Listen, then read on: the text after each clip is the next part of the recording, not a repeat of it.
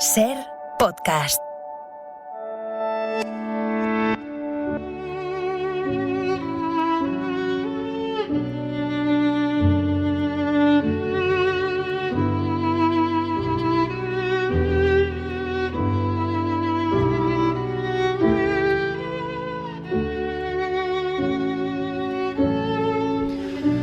Continuamos en Ser Historia aquí en la cadena Ser y lo hacemos viajando. Vamos en los próximos minutos a comenzar un grandioso viaje por Europa. En una de las épocas, también podríamos decir convulsas, ¿no? Pero también es cuando nace el turismo, cuando nace esa inquietud, ¿no?, por conocer otros países, y existían los medios, ¿no?, para poder hacerlo, ¿no? El ferrocarril empieza a extender sus ramificaciones por todo el continente y permite que muchas personas, millones de personas, no solamente gente pudiente, sino también muchas otras, puedan contactar, ¿no?, con familiares, con personas de otros lugares de una forma mucho más cómoda, ¿no? Incluso dar la posibilidad de descubrir itinerarios que hasta entonces eran pues muy desconocidos o muy alejados de la realidad económica que pudieran tener muchas de estas personas. Lo vamos a hacer en el marco de una novela que acaba de ver la luz, Sonó un violín en París, cuya autora, María Rey, ya nos atiende y está con nosotros en esta máquina del tiempo una vez más. María, bienvenida de nuevo a Ser Historia. ¿Qué tal, Nacho? Un placer estar de nuevo aquí. Esta novela es, tú lo explicas muy bien también, es una historia de viajes, ¿no? Es una novela de viajes también. Es una novela que abarca un viaje físico y emocional, ¿no? Por un lado tenemos ese recorrido por lugares emblemáticos de Europa que más o menos todo el mundo puede poner en el mapa, los haya visitado o no. Uh-huh. Y por otro lado tenemos a 10 personas, a 10 viajeros que, bueno, pues tienen unos perfiles, ¿no?, psicológicos y de personalidad muy marcados y que vamos a acompañar como uno más, ¿no?, a través de las páginas, y vamos a ir descubriendo un poco las máscaras que se han colocado al inicio del viaje y cómo éstas se van cayendo, como en la vida misma. Uh-huh.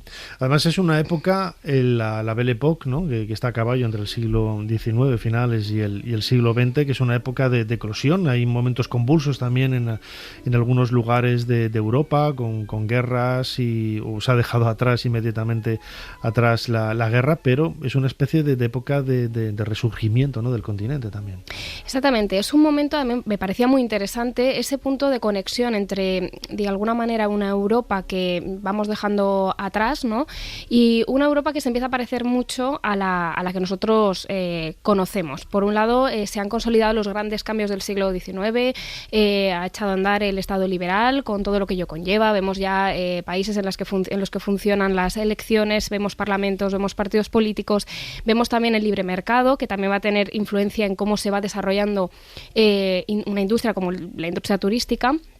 Y por otro lado vemos cómo todavía siguen perviviendo algunos elementos que conectamos con el pasado, ¿no?, como esas ciudades en las que sí es cierto que vemos que ya han aparecido, bueno, pues las bicicletas, donde tenemos ciudades con metro, por ejemplo Londres, pero donde siguen circulando coches de caballos, donde vemos que el avance de la electricidad, pues bueno, va lento, ¿no?, y seguimos con la iluminación por gas. Entonces es una época muy interesante. Además, a nivel cultural, es un momento de efervescencia cultural y además es un momento cargado de incertidumbre por el cambio de siglo. Los cambios de siglo siempre están cargados de dudas, ¿no?, y es algo que también contiene la Belle Époque y me apetecía también mostrar en el libro. Uh-huh.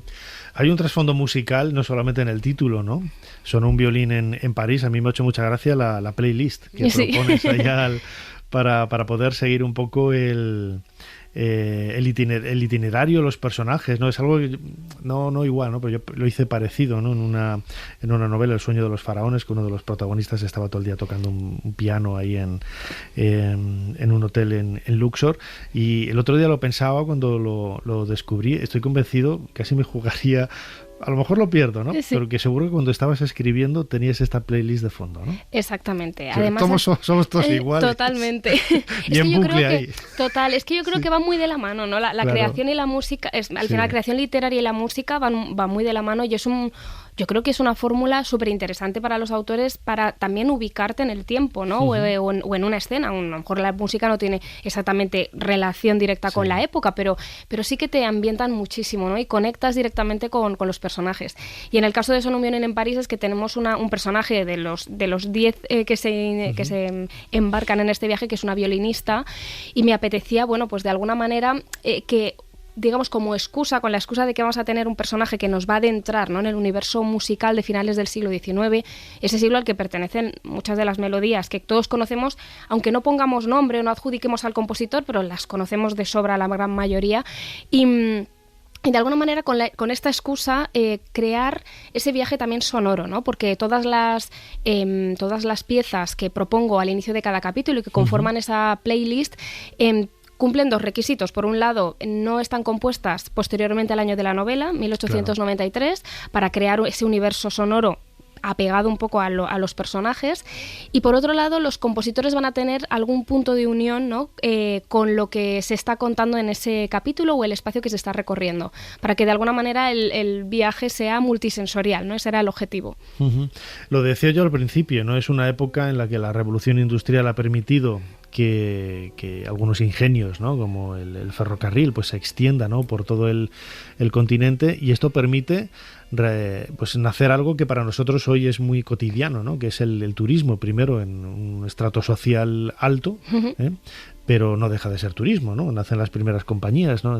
Tú lo mencionas también, Thomas Cook es una de ellas, que yo la conozco muy bien porque ellos fueron también los que crearon el turismo en Egipto. Como ves, la cabra tira al monte, ¿no? Exacto. Y siempre tengo que sacar el tema por ahí, ¿no? Thomas Cook fue el que llevó los barcos que ya no utilizaban en Mississippi, con esas ruedas enormes para hacer los primeros cruceros por el Valle del Nilo, ¿no? Y eso te quería preguntar, ¿no?, que nos comentaras algo sobre ese inicio, ¿no?, del turismo en una Europa que no deja de ser, pues, de alguna forma tranquila pero convulsa al mismo tiempo, ¿no?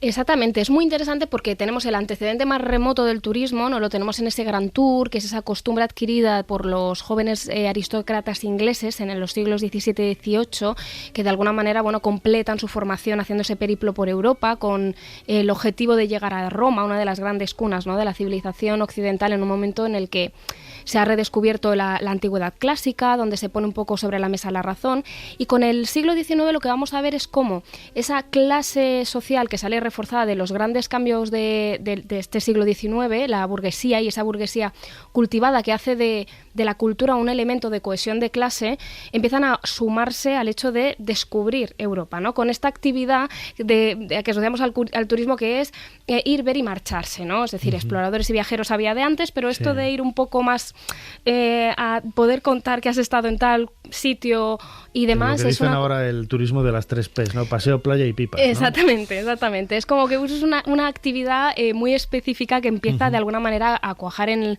el siglo XIX, con también esa expansión, como comentabas, del ferrocarril, esa liberalización de la economía. Todo esto al final permite que se vaya constituyendo la industria turística, que en un primer momento, incluso a finales del siglo XIX, está dirigida a las élites, es decir, gente que podía ausentarse de su lugar de trabajo X tiempo y que tenía poder adquisitivo, ¿no?, para costearse estos viajes.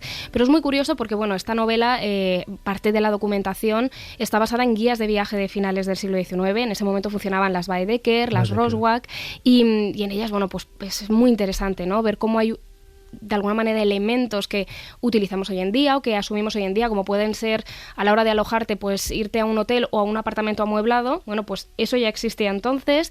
Lo que pasa que la forma de reservar pues era a través de un telegrama, de carta. También existían guías turísticos en las ciudades. Ya tenemos una serie tenemos de alguna manera el esqueleto que luego, pues cuando llegue en el siglo XX, ¿no?, esa generalización de las vacaciones y se vaya en el siglo XX-XXI masificando el turismo, es lo que hoy en día, bueno, pues consumimos. Yo tengo algunas guías de Baedeker precisamente de Egipto, de comienzos del siglo XX, que son fantásticas. Te describen con todo lujo de detalles cómo llegar a un sitio, dónde coger un burrito, para lo que podrías pagar para el burrito, para ir de aquí para allá. Y bueno, no deja de ser una herramienta muy útil, ¿no? Imagino que todas esas herramientas, valga la redundancia, sorprendería también un poco a los protagonistas de tu novela, que haces un elenco bastante profundo, ¿no?, de cómo es la sociedad más sofisticada de finales del siglo XIX, ¿no?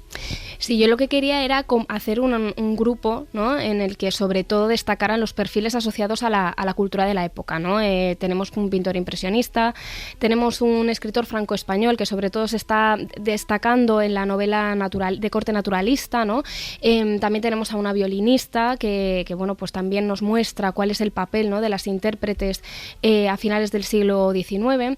Tenemos también un arquitecto que, bueno, aunque está especializado en vivienda privada, bueno, con él también descubrimos, ¿no?, cuáles son los principales aspectos de esa arquitectura que van descubriendo durante el viaje, pero también un poco esos nuevos aires arquitectónicos que vienen sobre todo de Chicago ya en ese momento, ¿no?, cuando se empiezan a plantear los primeros rascacielos, pero también tenemos espacio pues para un aristócrata, tenemos también espacio para un empresario, ¿no?, que de alguna manera nos refleja esa nueva clase social burguesa, emprendedora, que bueno, pues que tiene sed, ¿no?, de prosperar y de medrar en la sociedad y que lo consigue. Así que de alguna manera quería componer todo esto. Muchos de estos personajes son de origen español, por también retratar esa realidad, ¿no?, que fue la emigración española a París, de corte de alguna manera intelectual, cultural, en la que tenemos, bueno, pues a nombres como por ejemplo sería Sorolla, que tiene presencia en ese París de finales del 19. Tenemos también a una Emilia Pardo Bazán, que es bastante asidua, ¿no?, a París, y luego tenemos más adelante, por ejemplo, casos como el de Dalí. Uh-huh. Además, París no deja de ser la cuna de la cultura, ¿no? Sí. El viaje comienza ahí. Yo creo que quizás es el mejor punto, ¿no?, para poder hacerlo. Quizás por esa idea también. Hoy hablamos con cualquier estadounidense y habla de Europa como si solo estuviera París, ¿no? Que digo, pues no conoces nada. Hay más cosas en Europa, ¿no? Pero sí que es cierto que París siempre ha sido la cuna, ¿no?, de esa cultura. Es casi, saltando todas las distancias y con todas las comillas del mundo, pues la Atenas, ¿no?, de la época clásica, o la Alejandría de la época helenística, ¿no? La verdad es que el París del siglo XIX, sobre todo de la segunda mitad del siglo XIX, cuando ya de alguna manera se hace toda esa reforma, ¿no?, del barón Haussmann, y que aparece el París que hoy conocemos a grandes rasgos, ese París de las exposiciones universales, ¿no?, tanto la del 89 como luego la del 1900, que ya coloca la Torre Eiffel como icono, emblema, y es un París en al que acuden muchos artistas, muchos intelectuales, porque es un momento en el que además bien ha tenido también mucha importancia en el siglo XIX, pero le está tomando el relevo París, y cuando cambiemos de siglo, París es sin duda, ¿no?, esa capital cultural europea, que bueno, también va a acuñar el nombre de Ciudad de la Luz, precisamente porque también va a ser una de las en las que avance con mayor velocidad la electricidad, y es una ciudad donde se ponen todos los ojos en la modernización, ¿no?, y hasta el punto de que todas las ciudades europeas van a aspirar, no van a tener París en mente, mismamente Madrid, en muchas de las reformas, ¿no?, y en muchos de los proyectos la ciudad que tiene en mente es París. Uh-huh. Lo decía al principio, uno de los ejes principales, ¿no?, de toda esta historia es la posibilidad de moverse con cierta comodidad entre unas ciudades y otras por medio del ferrocarril. Exactamente. Del tren. El tren quizás es el escenario, ¿no?, en donde se desarrolla también la novela. Exactamente, y es muy interesante ver cómo cambia. En primer lugar, bueno, según los datos que he podido obtener de documentación, para que nos hagamos una idea, el avance para ver un poco el cambio, ¿no?, en los traslados en Europa en el siglo XIX. Cuando hablamos de movernos con un caballo como medio de transporte, hablamos de unos 40 kilómetros al día. Y el ferrocarril hace el salto a finales del siglo XIX, permite 70 kilómetros a la hora. Para nosotros ahora, 70 kilómetros a la hora nos parece muy lento, ¿no? Pero para entonces fue una revolución. Y es muy interesante ver cómo el ferrocarril evoluciona, porque al principio lo que tenemos son realmente el esquema del coche de caballos, ¿no?, sobre raíles, que es lo que da lugar a esta estructura por compartimentos, que va a estar muy asociada al ferrocarril europeo, y que al principio no tiene fuelles de interconexión, por lo tanto no hay pasillo lateral para irte moviendo entre compartimentos, y era bastante incómodo, ¿no? Estabas como confinado en tu compartimento, no podías salir hasta que no hubiera parada, ¿no? Y cuando anunciaban parada, que eran las paradas largas eran las que anunciaban pues de buffet, pues una marabunta de viajeros bajaba a la estación en busca del aseo, el buffet para comer algo, y luego otra vez a subir, ¿no? Esto, por suerte, ya a finales del siglo XIX ya hay pasillo, de tal forma que, bueno, y en los vagones de primera clase ya tenemos hasta salones restaurante, tenemos zonas de retrete, aseo, por lo tanto era cada vez más cómodo, pero todavía tenemos, ¿no?, esta imagen que es muy, yo creo, muy bucólica, muy romántica del tren de compartimentos, todo revestido en madera, con esa locomotora rugiente, ¿no? También los abrigos llenos de carbonilla, todos esos elementos que yo creo que también acompañan lo que fue el arranque del ferrocarril y que permitió unir Europa y que llevó a cuestiones también con el cambio de siglo tan cotidianas como la unificación horaria. Has utilizado el término vagón, a mí me encanta, yo me niego, yo sé que a los de Renfe, que tengo muchos amigos ahí, y hemos hecho cosas en Ser Historia con Renfe, no, me niego a decir coche, no, o sea, no, el coche es otra cosa, yo hablo de vagón de toda la vida. ¿En qué vagón vas? En el 8, en el 9, ¿en qué vagón? ¿No? Eso me encanta, ¿no? En tu novela sonó un violín en París, publicado por Espasa, María. Claro, los personajes también están en esa dicotomía, ¿no? de la modernidad. Qué fascinación, pero también una tradición, ¿no? Una tradición que parece que no, pero que se va dejando atrás de una forma muy, muy rápida, ¿no? Y eso también cuesta, ¿no? Cambiarse, adaptarse, mejor dicho, a las nuevas tendencias, ¿no? Exactamente. De hecho, en esta época de final del siglo XIX, que se llama, ¿no? Está bautizada como la Belle Époque, también es la época que se llama de la décadence, ¿no? En París. Y los más pesimistas son aquellos que, de alguna manera, se ascriben a esta tendencia y dicen que, bueno, que los valores de la sociedad se han perdido, ¿no? Vemos que la sociedad del siglo XIX es una sociedad que en gran medida se va a alejar de los grandes dogmas, ¿no? Podríamos decir religiosos. Es una sociedad que cada vez está más dedicada al ocio en muchos aspectos, sobre todo en las capas más altas de la sociedad. Entonces, hay pues toda esta corriente de decir que la sociedad ha caído pues en la neurastenia, ¿no? Que está condenada a la decadencia y que todos los cambios que además se avecinan con el cambio del siglo, pues van a ser desastrosos. Entonces, ahí es como las dos caras de la misma moneda, que es muy interesante y que yo creo que todos nos podemos sentir identificados, porque siempre al mirar al futuro está la visión más optimista y la más pesimista, y al final el futuro yo creo que se encuentra a medio camino entre ambas, ¿no? Claro que sí. Ya para ir acabando, María Rey, lo decía al principio, a mí me ha fascinado la playlist de Sonó un violín en París. ¿Dónde se puede encontrar? Imagino que en Spotify. En Spotify, sí. En Spotify está. En la cuenta de Planeta de Libros, ahí está la playlist que se titula Sonó un violín en París. Y que incluyes, estamos escuchando de fondo la sonata número 9 de violín y piano de Beethoven, que es la primera, ¿no? que tienes incluida en esta playlist. La música, pues acompañará en la lectura tal y como lo hacían en la época. Es una época en la que no hay internet, en la que el entretenimiento, no hay cine tampoco, el entretenimiento, ¿dónde está? En el teatro, en los conciertos de música, en las reuniones en casas para alguna reunión cultural y algún pequeño concierto, pero la música es la base del entretenimiento de aquella época. Exactamente, además tenemos a grandes compositores, ¿no? Empezamos el siglo con Beethoven y lo terminamos con Debussy, por ejemplo, de alguna manera empezando a experimentar con la música y llegando ya a lugares de lo que se llama la tonalidad. Entonces tenemos un amplio marco pasando, entre medias por grandes nombres como Wagner, como Verdi, como Liszt. Es un siglo tremendamente interesante para descubrir la música, y en la novela aparece también en escenas donde vamos a acudir con los viajeros a la ópera, a recitales, a conciertos, y de alguna forma vamos también a seguir a esa violinista en su relación con esta música, de alguna manera como pasión y tormento, ¿no? Es esa relación que muchas veces tiene el artista con el arte. Un viaje en el tiempo, desde luego que sí es lo que vamos a encontrar en esta nueva novela de nuestra invitada María Rey, Sonó un violín en París, que acaba de publicar Espasa.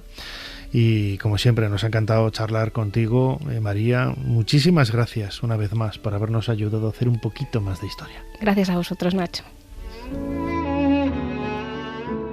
Suscríbete a Ser Historia. Todos los episodios y contenidos adicionales en la app de Cadena Ser y en nuestros canales de Apple Podcast, Spotify, iVoox, Google Podcast y YouTube. Escúchanos en directo en la Ser los domingos a la 1:30 de la madrugada. Cadena Ser. La radio.